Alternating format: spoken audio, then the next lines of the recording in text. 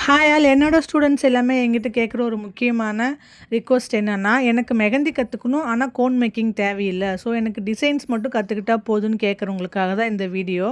நான் ஷார்ப் கோன்லேயே கற்றுக்கிறேன். ஆனால் எனக்கு அந்த ரோல் அது வந்து எப்படி வந்து ரோல் பண்ணி டிப் சைஸ் கம்மி பண்ணி நம்ம நார்மலாக நம்ம ஒரு ப்ராக்டிஸ் கோனோ இல்லை ஷாப்பில் வாங்குகிற ஆர்கானிக் கோன்ஸோ வந்து மேக் பண்ணுற மாதிரி எப்படி பண்ணணும்னு கேட்டிருந்தாங்க. ஸோ அதுக்கான வீடியோ தான் இது.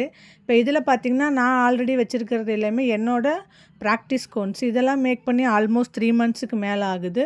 ஸோ இந்த கோன் எல்லாமே இப்போ வேஸ்ட்டாக போகிற மாதிரி இருக்குங்கக்காக எல்லாத்தையும் கட் பண்ணி ஒரு பவுலில் வந்து போட்டுட்டு எல்லாமே ஒரு மிக்ஸ் கொடுத்துட்டு நான் ரோல் பண்ணி வச்சுருந்த கோனில் வந்து ஃபார்வர்ட் பண்ணிவிட்டு நியூ கோனை மேக் பண்ணிட்டேன்.